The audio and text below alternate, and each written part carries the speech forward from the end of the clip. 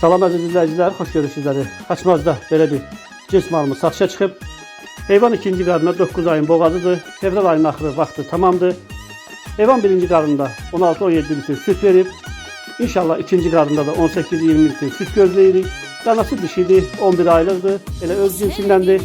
140-145 kilo əti var. Heyvanları qardaş süt olaraq 7700'e təklif eləyir. Heyvanları tək-tək də razılaşıb almaq olar.